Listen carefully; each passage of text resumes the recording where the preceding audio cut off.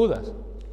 Judas, y vamos ya acabando esta carta, y queremos ver en esta tarde ya, desde el versículo 14 al versículo 16.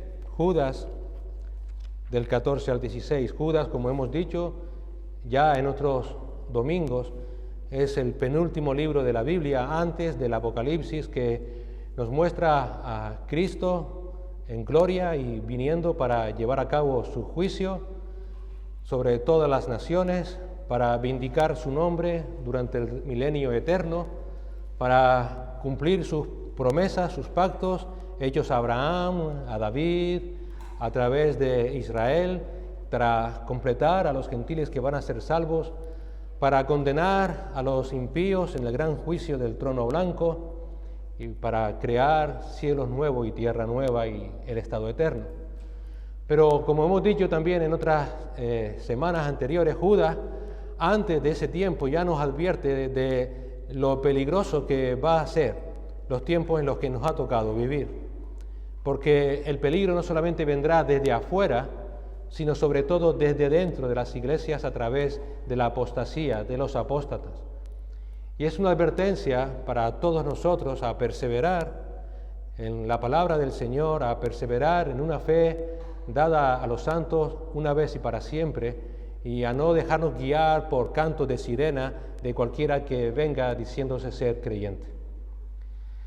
Y en esta mañana lo que queremos ver es el tema del juicio seguro que van a recibir todos esos apóstatas, ellos y todos aquellos que le siguen, el juicio seguro.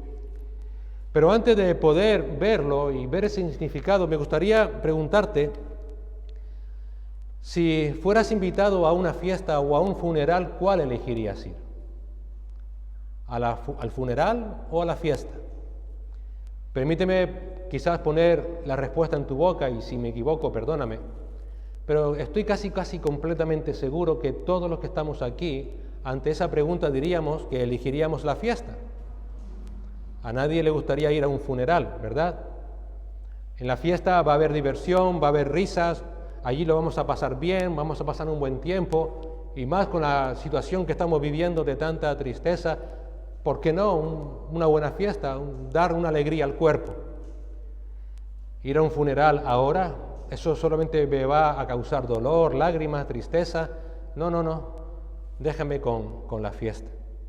Sin embargo, la perspectiva bíblica es totalmente contraria. Y por ejemplo, si buscan Eclesiastés capítulo 7, Eclesiastés 7, versículos del 2 al 6, veremos lo que escribe Salomón, el hombre más sabio que ha habido sobre la tierra después de Cristo. Y en Eclesiastés 7, del 2 al 6 leemos: mejor es ir a una casa de luto que ir a una casa de banquete. Todo aquello es el fin de todo hombre, y al que vive lo hará reflexionar en su corazón. Mejor es la tristeza que la risa, porque cuando el rostro está triste, el corazón puede estar contento. El corazón de los sabios está en la casa del luto, mientras que el corazón de los necios está en la casa del placer. Mejor es oír la reprensión del sabio que oír la canción de los necios, porque como crepitar de espinos bajo la olla, así es la risa del necio, y también esto es vanidad. Qué reflexión la de este hombre, ¿verdad? Mientras la fiesta nos lleva a una perspectiva vana de la vida, el funeral nos hace reflexionar sobre nuestra eternidad, sobre dónde estará esa persona que ha fallecido. ¿Estará con Dios? ¿Estará en el infierno? ¿Qué eternidad le va a esperar? Algo similar pasa cuando hablamos del juicio divino o del infierno. No es un tema que genere muchas risas, no es un tema que genere muchas fiestas, y si fuera posible nos gustaría escuchar otro tipo de mensaje. Pero ciertamente el tema del juicio, el tema del infierno eterno, nos hace reflexionar dónde vamos a pasar la eternidad. Hoy día hablar del juicio divino, del infierno, del castigo eterno por el pecado es casi un tema tabú en muchas iglesias. Vivimos en una época posmoderna donde nos habla de que todo tiene que ser aceptación y tolerancia. Que la cuestión al final es que estemos todos juntos, pasándolo bien, como si esa fuese la realidad de nuestra vida eterna, donde vamos a estar todos juntitos, cantando sin cesar alabanzas al Señor para siempre. ¿Por qué no empezar aquí y ahora? ¿Por qué hablar del infierno? ¿Por qué hablar del castigo? ¿Por qué hablar del juicio? No hace falta. Hablar de ese tipo de temas es para muchos algo propio, incluso de épocas más atrasadas culturalmente. Ah, sí, el infierno, de eso se hablaba durante la Edad Media, eso sí, lo que hacían la Santa Inquisición. O directamente afirman de que ¿por qué vamos a hablar del infierno? ¿No es eso una falta de amor? ¿No es una falta de sensibilidad ante la minoría de hermanos que piensan que no va a haber infierno? De que realmente por allí no va a pasar nadie y si alguien pasa será momentáneamente porque el Señor va a aniquilar a todas esas almas y no van a sufrir eternamente. No molestes a esos hermanos. Mira, lo importante es la unidad, no tanto la doctrina bíblica. Y de esa manera muchos que se llaman evangélicos dicen, por ejemplo, que si el infierno existe, y esto es una cita de un escritor evangélico, si el infierno existe, solo deberá existir para las personas que son muy, muy malvadas, porque en líneas generales el ser humano no es tan malo como para merecer un castigo de la dimensión del infierno eterno. Además afirman que el castigo para esas personas muy malvadas es imposible que pueda durar eternamente, que eso contradice a un Dios de amor y de misericordia, un Dios que es consciente del sufrimiento eterno horrible que va a suceder. ¿Cómo es posible que ese Dios lo vaya a permitir eternamente? Además, es imposible que exista, porque en esa nueva creación va a reinar Dios sobre todas las cosas y el gozo será lo que va a imperar. No puede haber en esa creación un lugar donde hayan millones sufriendo en un lago de fuego ardiente, donde el fuego no apaga y el gusano no muere.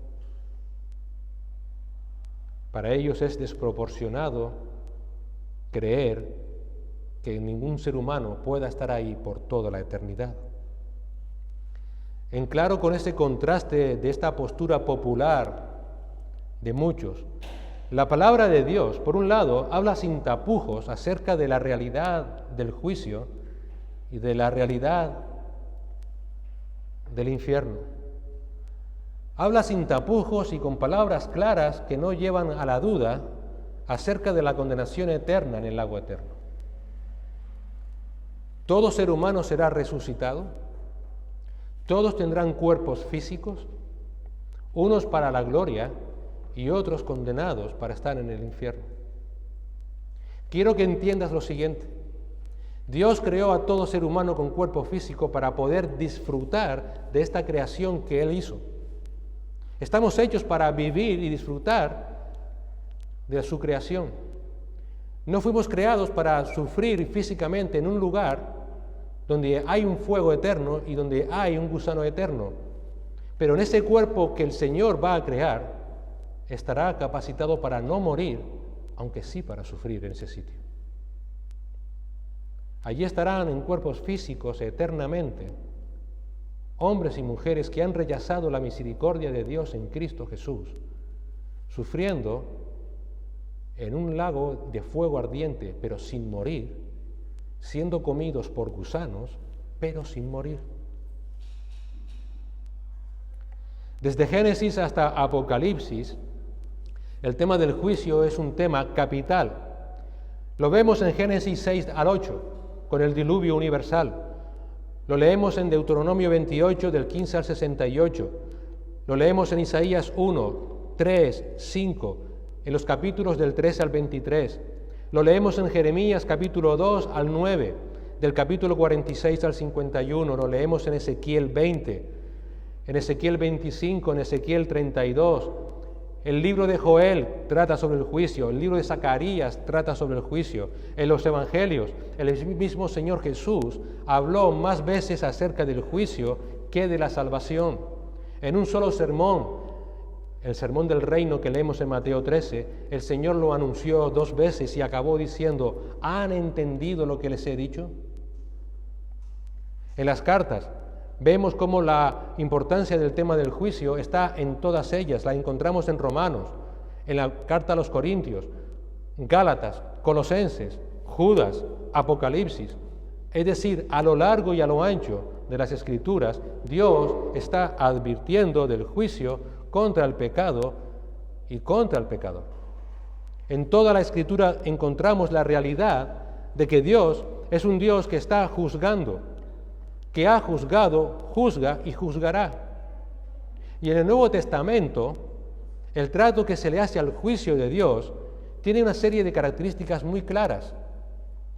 Primeramente, ese juicio es parte de la ira de Dios y comenzará con la segunda venida de Cristo. Lo leemos en Hechos 17:31, porque Él, Dios, ha establecido un día en el cual juzgará al mundo en justicia por medio de un hombre, Cristo, a quien ha designado habiendo presentado pruebas a todos los hombres al resucitarle de entre los muertos.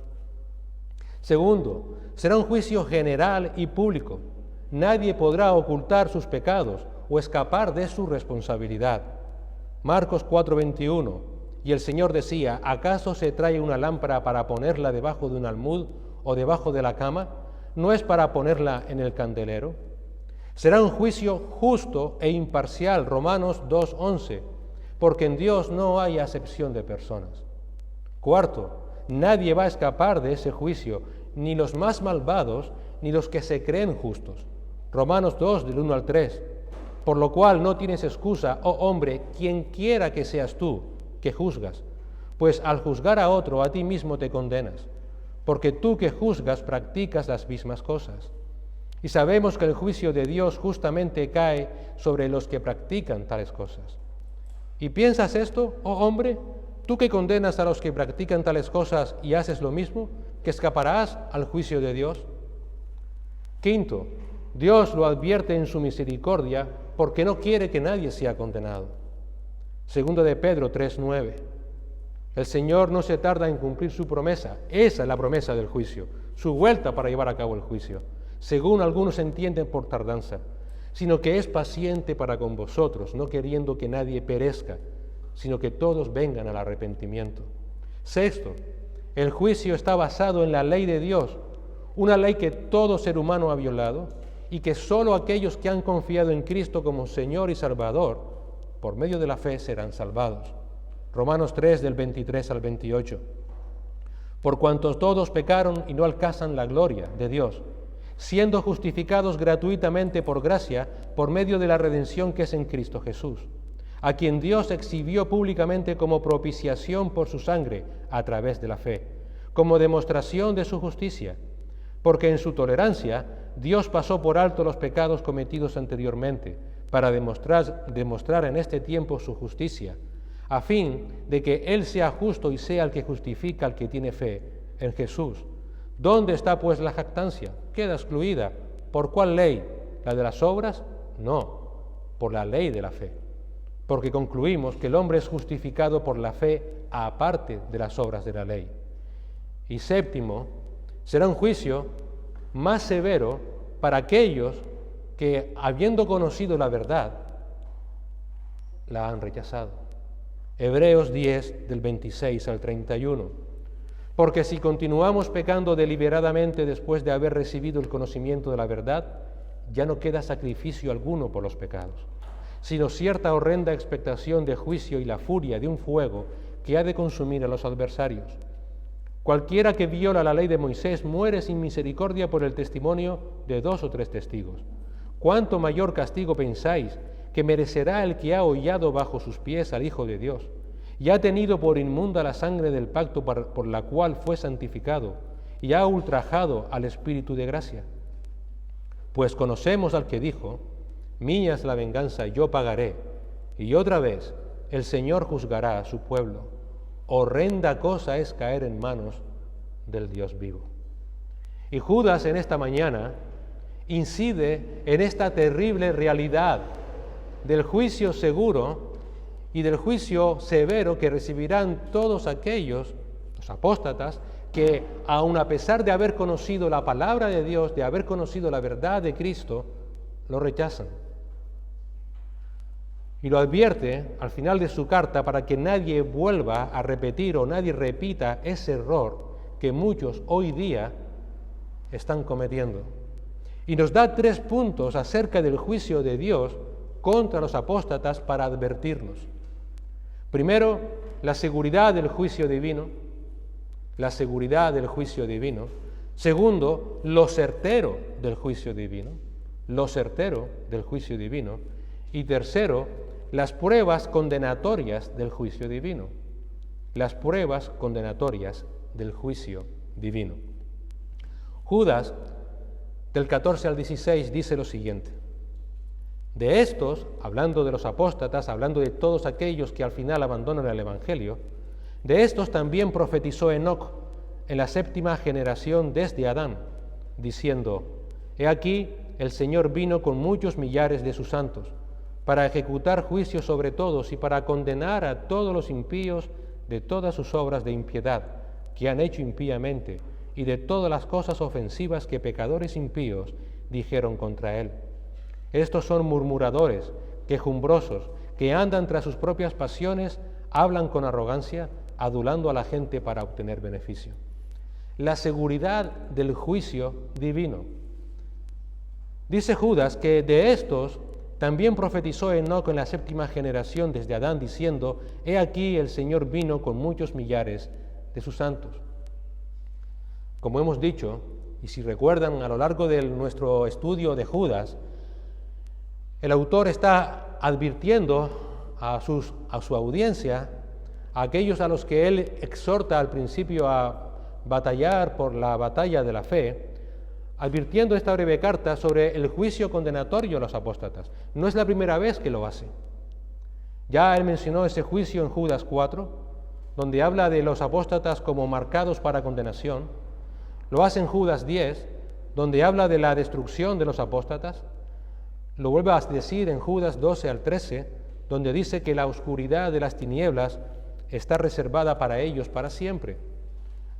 Pero ahora Judas, en este texto del 14 al 16, en estos versículos finales de su carta, quiere hacer un énfasis sobre la seguridad de ese juicio divino. Es como queriendo decirte, lo voy a repetir para ver si lo has entendido. ¿Lo has entendido? Y argumenta la seguridad del juicio divino tirando de una profecía que hizo Enoc en la antigüedad. Hay muchos eruditos que no saben quién era ese Enoc. Otros lo tienen claro. Es el Enoc que encontramos en Génesis 5. Aquel que fue traspuesto sin ver la muerte, caminando con Dios. Lo que Enoc escribió y que usa Judas, evidentemente no fue algo inspirado por el Espíritu Santo porque no está recogido en las Escrituras. Pero al hacer Judas uso de esa palabra, esto que dijo Enoc sí fue inspirado. Y se ve que por la cuestión oral, el pueblo de Israel conocía perfectamente lo que decía Enoc. De hecho, hay un texto recogido que es Primera y Segunda de Enoc, es un libro apócrifo, donde se recoge precisamente esta advertencia. Lo que es seguro es que no lo escribió Enoc, sino que fue manuscrito de esa tradición oral. Y Judas habla de que ya Enoc predijo desde la antigüedad, y de hecho antes del primer juicio divino por el diluvio, que sucede en Génesis 6, antes ya predice este juicio futuro de nuestro Señor Jesucristo. Y establece que Cristo va a ser el juez y el vengador, porque habla de el Señor. Y el mismo Señor nos dice en Mateo 16, 27, porque el Hijo del Hombre, haciendo mención a sí mismo, ha de venir en la gloria de su Padre con sus ángeles, y entonces recompensará a cada uno según su conducta. Es un juicio tan seguro que ya fue predicho desde la antigüedad, casi desde el inicio de la humanidad, antes incluso del primer juicio divino y universal con el diluvio. Pero también es un juicio tan seguro, tan cierto, que Enoc habla de ese juicio que para él era futuro en pasado. Dice, he aquí el Señor vino. Lo que era futuro para Enoc, Enoc lo expresa en pasado para dar certeza de su cumplimiento. Esto ya se cumplió, va a suceder seguro, seguro. Tristemente, muchos hoy viven como si ese juicio nunca vaya a pasar, como si nunca vaya a suceder. Es más, incluso muchos niegan que ni siquiera vaya a existir un tal juicio. Pedro, hablando de ellos en su segunda carta, en el capítulo 3, del 3 al 7, dice, ante todo sabed esto, que en los últimos días vendrán burladores con sus sarcasmos, siguiendo sus propias pasiones y diciendo, ¿dónde está la promesa de su venida? Repito, ellos saben que esa promesa era para juicio. ¿Dónde está la promesa de su venida? Porque desde que los padres durmieron, todo continúa tal como estaba desde el principio de la creación. Pues cuando dicen esto, no se dan cuenta de que los cielos existían desde hace mucho tiempo y también la tierra surgida del agua y establecida entre las aguas por la palabra de Dios, por lo cual el mundo de entonces fue destruido siendo inundado con agua. Pero los cielos y la tierra actuales están reservados por su palabra para el fuego, guardados para el día del juicio y de la destrucción de los impíos. En otras palabras, esos burladores dicen, ¿dónde está el juicio? ¿Cuándo va a suceder? Mira, si todo continúa igual desde siempre. Y Pedro les dice, pero tú no has leído, no sabes lo que sucedió en la antigüedad con el diluvio. Pues igual que sucedió en aquella época sucederá, pero ahora por fuego. Aun conociendo esa verdad, se burlan del juicio de Dios, no creen que sucederán. Pero ese juicio, Judas quiere hacernos ver que es seguro, seguro. Echa mano de una profecía desde casi el inicio de los tiempos. Y es seguro porque ya lo da por hecho. Ya sucedió. Pero también ese juicio va a conseguir lo que se propone. Y eso nos lleva al segundo punto, lo certero del juicio divino. Lo certero del juicio divino. No solamente el juicio del Señor va a ser seguro, se cumplirá, sino que va a ser perfecto. Nadie va a escapar. Nadie va a poder ocultar nada. Y dice Judas que vino el Señor para ejecutar juicio sobre todos y para condenar a todos los impíos. Si hay cierta percepción, si estoy equivocado, pues me corrigen, pero creo que somos conscientes de que si hay algo común en muchos seres humanos, en muchas personas, en todos prácticamente, y a lo largo de todos los tiempos, es el sentido de justicia y de injusticia, ¿no es cierto?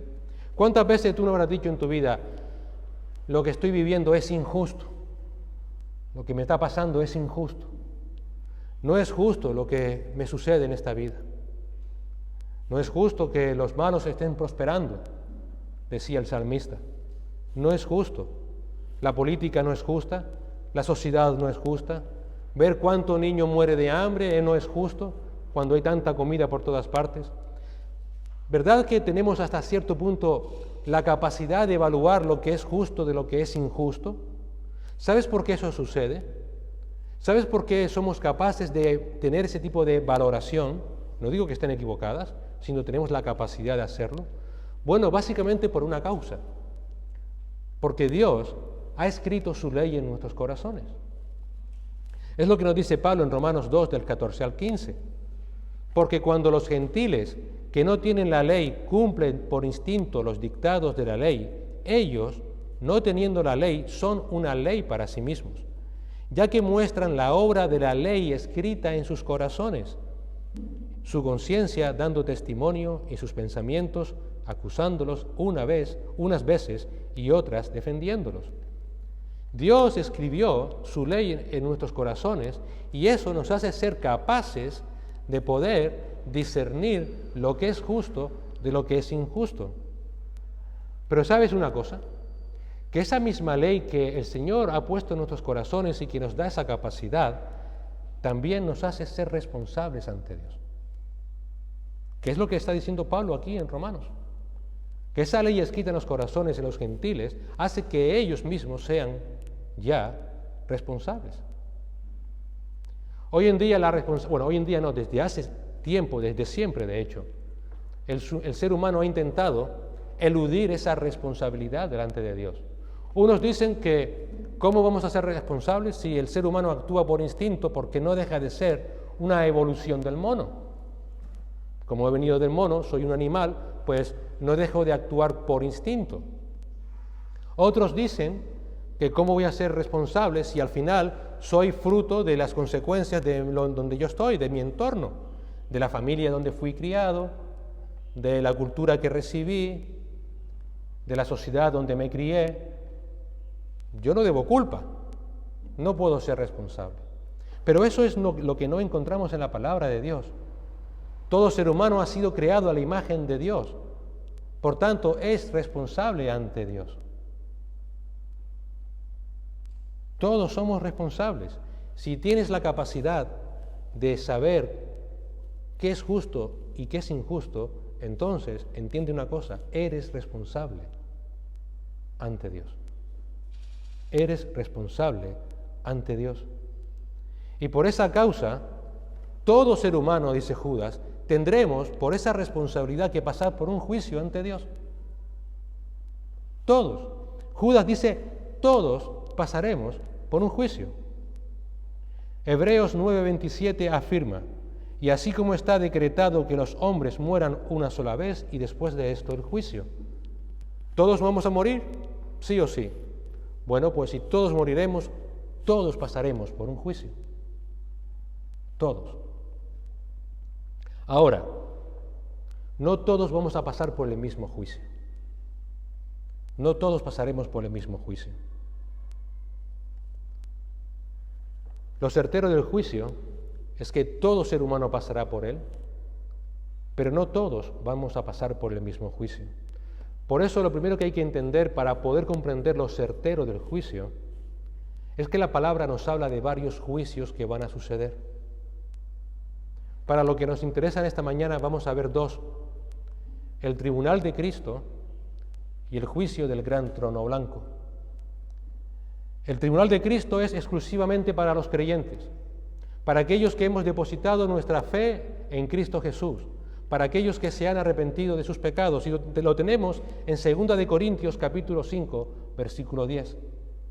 Ese texto dice, porque todos nosotros, está hablando Pablo a los corintios, todos nosotros debemos comparecer ante el tribunal de Cristo, para que cada uno sea recompensado por sus hechos, estando en el cuerpo, de acuerdo con lo que hizo, sea bueno o sea malo. Pablo afirma que tanto él como los hermanos de Corinto, y por extensión, por supuesto, todo creyente de todas las épocas, vamos a comparecer ante el tribunal de Cristo. Pero fíjate que no será un juicio para condenación, dice Pablo, para que cada uno sea recompensado, para recibir una recompensa. Una recompensa. ¿Por qué no será un juicio para condenación? ¿Por qué no será un juicio para condenación? Romanos 3, del 21 al 26. Pero ahora, aparte de la ley, la justicia de Dios ha sido manifestada, atestiguada por la ley y los profetas. Es decir, la justicia de Dios por medio de la fe en Jesucristo, para todos los que creen, porque no hay distinción, por cuanto todos pecaron y no alcanzan la gloria de Dios, siendo justificados gratuitamente por su gracia por medio de la redención que es en Cristo Jesús, a quien Dios exhibió públicamente como propiciación por su sangre a través de la fe, como demostración de su justicia, porque en su tolerancia Dios pasó por alto los pecados cometidos anteriormente, para demostrar en este tiempo de su justicia, a fin de que Él sea justo y sea el que justifica al que tiene fe en Jesús. ¿Por qué ese tribunal de Cristo no será para condenación? Porque todos los que están allí habrán sido justificados por Cristo. Todos los que estén allí habrán sido redimidos, como se ha dicho antes en la oración por la Santa Cena, por la sangre de Cristo. Todos los creyentes que estén en ese tribunal no será para condenación, sino para recibir recompensas para vida eterna. Ahí estarán todos aquellos que han puesto su fe en Cristo. Y esto es un matiz importantísimo. No está diciendo que van a estar allí todos los que han hecho cosas buenas. No está diciendo que ahí van a estar todos aquellos que han sido buenas personas en esta vida, sino todos aquellos que han sido justificados por Cristo. Es decir, que hayan puesto su confianza, su fe en Cristo. No está hablando de obras humanas. Está hablando de en quién has puesto tu fe. Todos aquellos que han puesto su fe en Cristo han sido justificados por Cristo, declarados justos por el Padre por medio de su gracia, y por consiguiente, dice Romanos 8:1, no hay ahora condenación para los que están en Cristo Jesús, los que no andan conforme a la carne, sino conforme al Espíritu. Por tanto, no será un juicio para condenación ese tribunal de Cristo. Allí van a estar todos los que han sido salvados por gracia, por medio de la fe en Cristo. Entonces, por pura lógica, por puro descarte, todo el que no esté en Cristo no estará ese día en ese tribunal de Cristo. Y entonces, como todo ser humano tiene que ser juzgado, van a sufrir otro juicio. Todo aquel que no ha sido justificado por Cristo, todo aquel que no ha sido justificado por Cristo va a estar en otro juicio. Y un juicio que, si sepa Judas, será para condenar a todos los impíos. Ese sí será un juicio para condenación. Ese también será un juicio para condenación. Hermanos, si hay un juicio para recompensas, y creo que todos los creyentes que estamos aquí estamos convencidos de ellos, porque somos creyentes y esperamos estar en ese juicio, entonces por lógica va a haber otro juicio, que será para condenación, para todos aquellos que no estén en Cristo Jesús, y que será para condenación de todos los impíos, para todos aquellos que hayan rechazado la misericordia de Dios en Cristo. Y ese juicio es un juicio que encontramos en Apocalipsis 20, del 11 al 15, y que se llama el juicio del gran trono blanco. El juez será el mismo, Jesucristo, pero ya no será un juicio para evaluar si se es inocente o si se es culpable, porque todos los que pasen por ese juicio ya son culpables, ya han sido declarados culpables. Todos. Y todos los que estén allí serán culpables porque habrán rechazado la misericordia de Dios en Cristo. Si han notado, estoy siendo machacante con eso. No estamos hablando de buenas obras, no estamos hablando de buen carácter, estamos hablando de la obra de Cristo. Todos aquellos que estén en ese lugar no es porque hayan sido muy malvados, sino porque han rechazado la misericordia de Dios en Cristo. Todos los que estén allí por esa causa serán culpables, simplemente a espera de condenación. En otras palabras, es un juicio condenatorio. Ningún pecador ningún pecado ni pecador va a quedar inmune. Todo va a salir a la luz. Fíjate el énfasis que hace Judas para condenar a todos los impíos de todas sus obras de impiedad que han hecho impíamente y de todas las cosas ofensivas que pecadores impíos dijeron contra él. Es lo certero del juicio. Nada va a quedar inmune, nadie va a quedar inmune, nadie va a quedar por ahí suelto, con un verso suelto, y se va a conseguir escapar de ese juicio si no ha creído en Cristo. Todos van a estar allí, y todos los que estén allí van a ver reflejado todos sus actos de maldad. Todo. Es lo certero, nada va a quedar sin exponer. Judas usa tres veces ese adverbio todo, queriendo dar énfasis en lo certero del juicio. Ya dijo, va a suceder seguro, ya fue predicho desde la antigüedad, ya se ha cumplido, y ahora ten por cierto de que va a ser perfecto y certero, nadie se va a escapar. Nadie se va a escapar.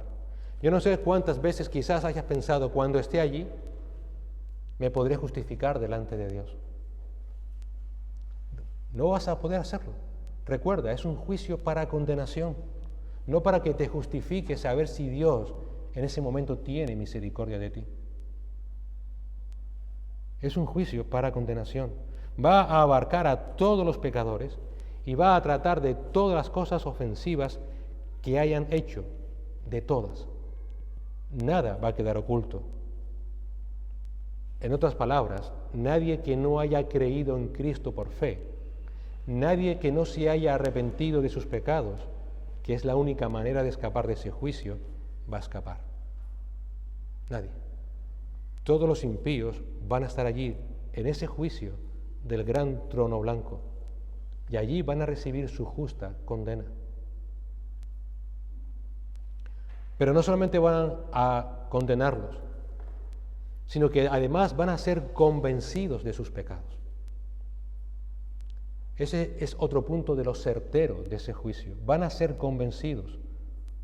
Todos los que estén allí van a ser convencidos que merecen el castigo eterno. Oye, quizás digas, yo tampoco soy tan malo como muchos dijimos al principio, argumentan. Tampoco somos tan malos para merecer ese castigo. Hay que reconocer que tenemos muchas veces una autoestima bastante egocéntrica. Y nos consideramos que tampoco soy tan terrible como para poder estar allí. Seguro que el Señor, cuando le argumente que, bueno, seguro que tendrá compasión y me va a perdonar. Pero no, lo certero del juicio no solamente que va a ser seguro, no solamente es que va a abarcar a todos y todo lo que han hecho, sino que encima, en ese momento, todos los que estén allí van a reconocer que realmente merecen el castigo. Por tanto, no tendrán lugar al perdón, porque ellos mismos van a reconocer que son culpables. Cuando Judas dice que el Señor vendrá para condenar a todos los impíos, la palabra griega que usa y que traducimos como condenar, la versión del 60 habla de dejar convictos, es la palabra griega elenchó. Y esa palabra significa literalmente exponer y convencer. Es decir, que lo que Judas está diciendo, en otras palabras, es que en ese juicio Dios va a exponer y convencer a los pecadores de que son culpables. Van a reconocerlo y lo van a saber. Van a ser convencidos realmente. No habrá lugar, por tanto, a poder argumentar nada. Nada. No podrán negar que son pecadores. No van a poder negar que merecen el castigo eterno. Eso es lo certero del juicio de Dios. Seguro que todo lo abarca, todos los impíos de todas las épocas, de todo pecado, y todos van a ser convencidos realmente de que merecen ese castigo. Allí terriblemente se van a dar cuenta de su culpa. Pero ¿sabes lo que es aún más terrible? Ya no habrá remedio. Lo sabrás, estarás convencido, y aunque clames, ya no habrá vuelta atrás. Ese día ya no vas a poder alegar ignorancia. Todos serán conscientes de su culpabilidad. Es lo certero del juicio de Dios. Y también es lo terrible de ese juicio. No quiero imaginar ese momento. Las almas allí, escuchando ese juicio, siendo conscientes de la realidad de que merecen ese juicio y recordando todas las oportunidades que tuvieron en esta vida y la rechazaron. Será un juicio, un momento terrible, millones y millones, recordando las oportunidades perdidas por haber rechazado la misericordia de Dios en Cristo. No habrá remedio, no habrá vuelta atrás. Por esa causa el Señor, como dijimos al principio, lleva miles de años a través de su palabra, a través de sus profetas, a través de Cristo mismo, a través de los apóstoles, advirtiendo contra ese juicio. Advirtiendo contra ese juicio. ¿Por qué? Porque Dios no quiere que nadie pase por ese juicio. Por eso Pablo afirma en 1 Timoteo 2:4, Dios quiere que todos los hombres sean salvos y vengan al pleno conocimiento de la verdad. Él no quiere la muerte del impío. Él no quiere que nadie pase por ahí. Pero fíjate el orgullo del ser humano, que a pesar de escuchar el Evangelio, se siguen mofando, se siguen riendo, lo siguen negando.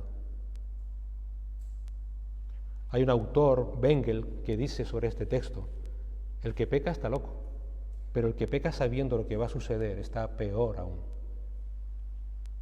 Y así sucede en muchas iglesias. Así sucede en muchos que son apóstatas, que se dicen ser creyentes y no lo son, y rechazan a Cristo en sus vidas. No tienen intimidad con Él, no aman a Cristo, no es su primer amor.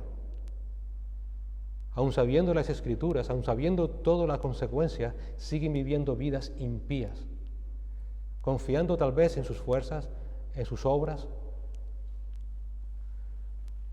quizás simplemente creyendo que nada de esto va a suceder. Todo aquel que aun sabiéndolo sigue pecando, dice Bengel, es peor que un loco. Peor que un loco. Y esto nos lleva a las pruebas condenatorias de ese juicio.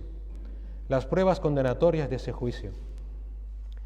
En algunos juicios, al menos en las series de televisión, no sé si en la realidad pasa, posiblemente, la realidad a veces es peor que la ficción.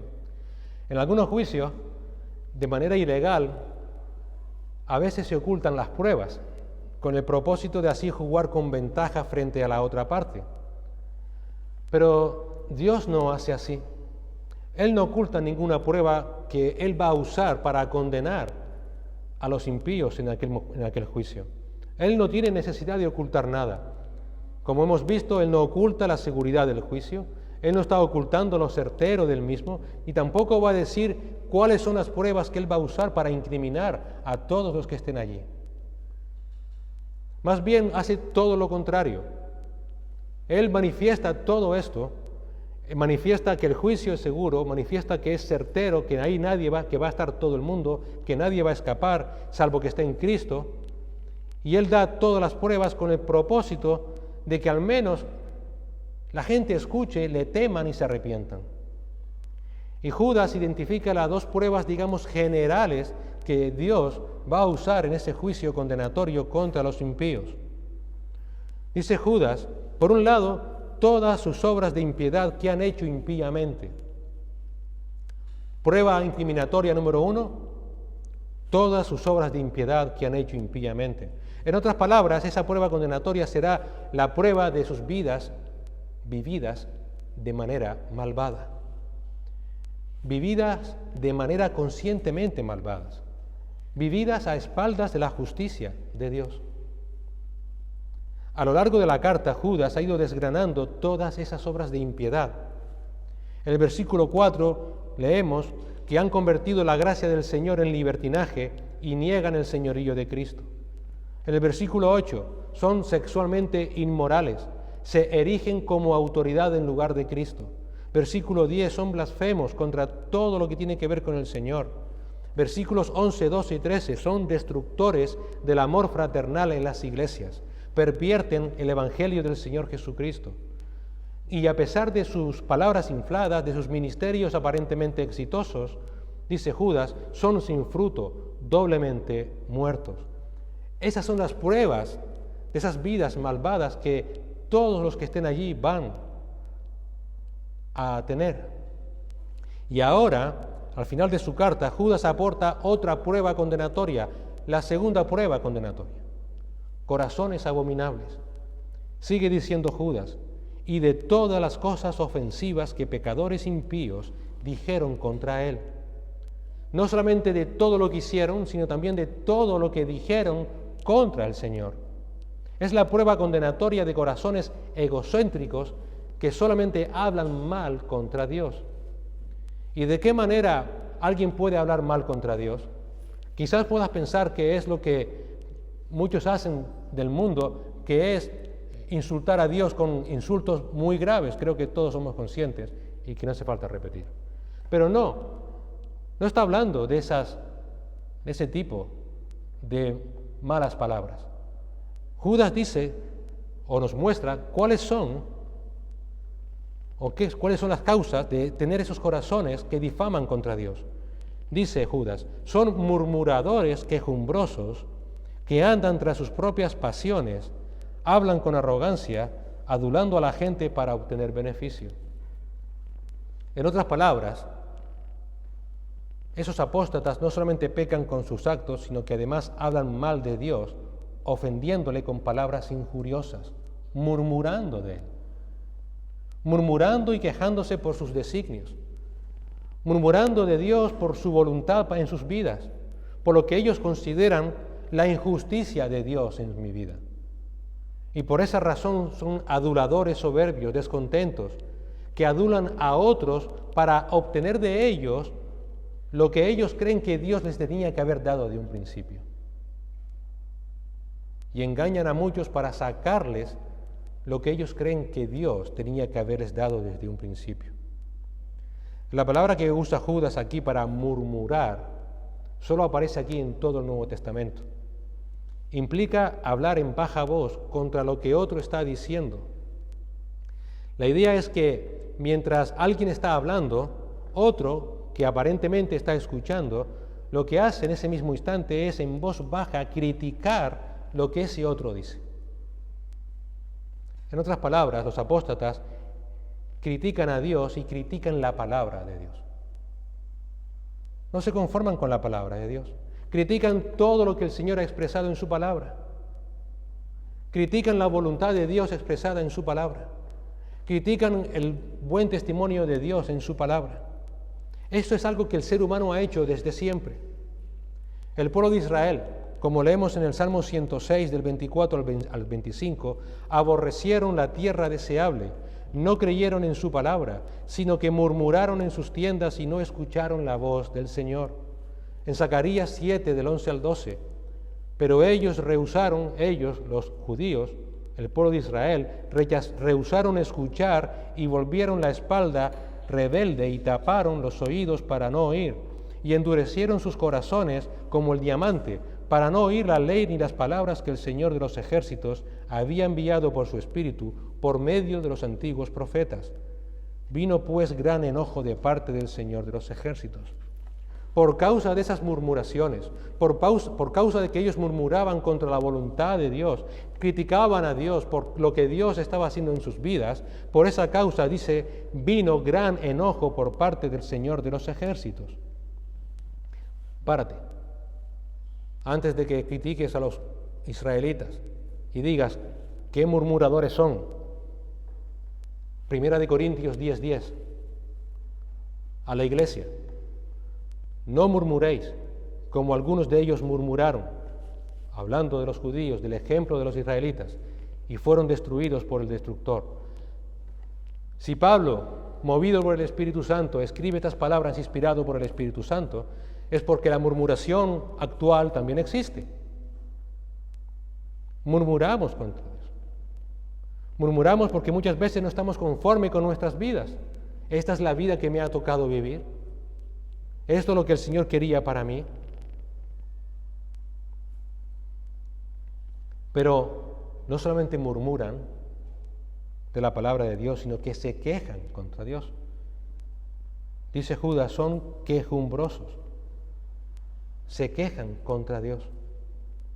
Y aunque ciertamente puede haber alguna situación en la que la necesidad nos haga expresar quejas legítimas, tenemos un ejemplo en Hechos de los Apóstoles, capítulo 6. En Hechos 6, versículo 1, tenemos el momento en el que los judíos griegos se quejan a la iglesia allí en Jerusalén porque las viudas de los griegos nativos estaban recibiendo mayor comida que la que recibían las viudas de los judíos griegos, y se quejan por esa causa. Fue una queja legítima por una necesidad, pero ese no es el sentir de los apóstatas. Ellos no se quejan porque tengan necesidad. El término usado por Judas para quejumbroso tiene un sentido negativo, porque lo que está expresando es una crítica destructiva. Una crítica destructiva. Es decir, no solo murmuran contra lo que Dios ha dicho en su palabra, sino que se quejan de la voluntad de Dios, dudando de su persona, dudando de su buena voluntad, dudando o poniendo en entredicho su soberanía, sus buenas intenciones. Están descontentos con la vida que les ha tocado vivir. No tienen necesidad, pero yo no quiero vivir así. Recuerdo hace muchos años, bueno, tampoco tanto, porque el YouTube tampoco es que lleve 30 años, un tiempo, no sé cuánto. Me pasaron un vídeo de un tal Benny Hinn, creo que todos los que estamos aquí, muchos conocemos quién es, un vendedor de humo. Y ese Benny Hinn gritaba en un culto público que le daba gracias a Dios por lo que le espera en la eternidad, en esa creación donde el oro cubrirá las paredes, las piedras preciosas, pero él gritaba diciendo, me parece muy bien, pero yo lo quiero aquí y ahora. Se quejaba. Y era un hombre que no tiene necesidad porque, tristemente, engañando a muchos, vive por encima de sus posibilidades. Eso es a lo que se refiere Judas. Se quejan de Dios porque no están contentos con lo que Dios les ha dado y creen que merecen más y merecen más y merecen más. No se rinden a la voluntad de Dios. Se dejan dominar por su ego, por lo que ellos creen que merecen tener. Por esa razón, esos apóstatas andan tras sus propias pasiones, hablan con arrogancia, adulan a la gente para obtener beneficio. En vez de ser dirigidos por el Espíritu, de ser guiados por el Espíritu, de ser llenos del Espíritu para hablar palabras espirituales, andan en la carne, actúan con arrogancia. Solo buscan satisfacer sus propias pasiones. Y quiero que entiendas esto. Una necesidad no es una pasión. Podemos tener una necesidad en esta vida, incluso material. Y es lícito que vayamos al Señor y hablemos con Él y le clamemos por esa necesidad. Pero ¿qué es para ti necesidad? Esa es la gran pregunta. ¿Necesidad es tener un nuevo móvil? ¿El último modelo de iPhone? ¿Necesidad es tener la ropa de marca que tiene mi compañero de banco en la iglesia? ¿Qué es necesidad? Hoy día, desgraciadamente, muchos han establecido como necesidad lo que es simplemente puro egocentrismo. Cuidado con eso, hermanos. Cuidado. Porque puede ser que podamos ser arrastrados por aquellos que dicen que realmente tienes derecho a quejarte porque Dios no te da lo que tú quieres, lo que tienes en tu corazón. Lo seguro del juicio, lo certero del juicio y las pruebas condenatorias están puestas ahí. Todo está encima de la mesa. Dios lo expone. Nada ha de ser oculto. Estas son las cosas. Examínate, examinémonos. Por esa razón, todos los apóstatas van a estar, y todos los que les siguen, de manera ineludible, en ese tribunal del gran trono blanco para recibir condenación. Judas acaba esta carta, o acaba esta parte de su carta, advirtiendo de ese juicio seguro, certero y horrible. Un juicio que les espera a todos aquellos que han rechazado la misericordia de Cristo. No hay forma de escapar de Él, salvo que creas en Cristo Jesús como tu Señor y Salvador. Solo hay una forma de escapar de ese juicio: Cristo, la persona de Cristo. No tus actos, no tu sabiduría, no tu bondad, no tus intenciones. Cristo y solo Cristo. Cristo y su obra y su vida es lo que te puede salvar de ese sitio. Solamente Cristo. Él dio su vida para que todo aquel que en Él crea no se pierda, sino que tenga vida eterna. Cristo, el buen pastor, que Él dio su vida por sus ovejas, el justo por los injustos, para que todo aquel que crea en Él sea justificado. Entiende una cosa: Dice la palabra que maldito aquel que es colgado de un madero. Cristo se hizo maldito por aquellos a los que Él vino a salvar. Para que tú no fueras hecho maldito, sino que fueras hecho justo, porque Él es el justo. Para que seas librado de ese juicio, para que seas librado de esa condenación eterna. Si hoy estás aquí y sigues queriendo vivir en tus pecados y sigues justificándote en ellos, por la razón que sea, la causa que sea, la sociedad, tu salud, tu vida, lo que tú quieras, y rechazas a Cristo y rechazas el perdón de Dios en Cristo, estás muerto en tus delitos y pecados y solo te espera el juicio seguro del gran trono blanco. Y lo siguiente, la condenación eterna en un lago de fuego, donde el fuego no apaga y el gusano no muere. Pero si te arrepientes, si hoy es el momento en que te das cuenta, si el Señor ahora está tocando tu corazón, te arrepientes y crees y le ruegas al Señor que te perdone y crees que Cristo murió por tus pecados y que fue resucitado al tercer día, serás salvo, no porque lo diga yo, que soy como tú, sino porque lo dice Dios mismo en su palabra. No desconfíes de su palabra, no murmures contra Dios, no murmures contra su palabra. Él lo dice y es verdad. Y a ti, hermano, hermana, a ti que quizás no tengas esa relación íntima con el Señor, que quizás te digas creyente pero sigas cualquier viento de doctrina que se te pase por delante, cuidado, cuidado, cuidado porque van a intentar que te apartes de Cristo y va a usar el argumento de la queja. Te van a decir que es bueno que te quejes de Dios porque Dios no concede lo que tú quieres en tu corazón. Cuidado, porque todos esos murmuradores y todos esos quejumbrosos también irán a ese lago de fuego eterno. Pero si estás en Cristo, si vuelves a Él y confías en Él, confía en lo que el Señor tiene preparado para esta vida, sea lo que sea, porque todas las cosas ayudan a bien a aquellos que en Él confían. Señor y Padre Celestial, gracias te damos por tu palabra, que realmente, Señor, nos hace temblar, nos hace temerte, Señor, porque tú eres un Dios santo y vengador de todos aquellos que han rechazado y menosprecian la sangre de Cristo, derramada en aquella cruz del Calvario. Señor, te pedimos perdón por nuestros pecados y te rogamos que nos guardes de ese mal terrible de rechazar a nuestro Señor. Te suplicamos, Señor, que nos ayudes cada día a andar en rectitud por amor a tu nombre, siendo agradecidos por todo lo que tú haces en nosotros, Señor, y a través de nosotros, por todas las circunstancias que tú permites en esta vida, Señor. Porque aunque ahora en esta vida no entendemos, sabemos que es para nuestro bien, para ayudarnos a perseverar. Líbranos de la falsa enseñanza, líbranos de esos malvados que quieren apartar a muchos de tus caminos, Señor. Malvados que tienen un juicio seguro en la condenación eterna.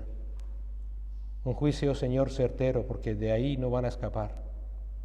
Un juicio donde se va a declarar su maldad en sus corazones. Padre, si alguno hoy que aún está aquí, que tiene esa espina de maldad en sus corazones, Señor, porque no han doblado sus rodillas delante de ti. Si alguno hay hoy aquí, te suplicamos, Señor, que tengas compasión de él, de esa persona, que le des, Señor, mediante tu Espíritu Santo, convencimiento de justicia, juicio y pecado.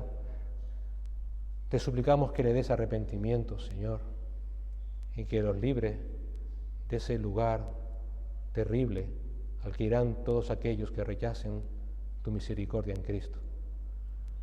Te rogamos que nos ayudes, Señor, a sostenernos como viéndote a ti, el invisible, a andar esta vida, Señor, persiguiendo al blanco hasta el día del supremo llamamiento ante tu presencia.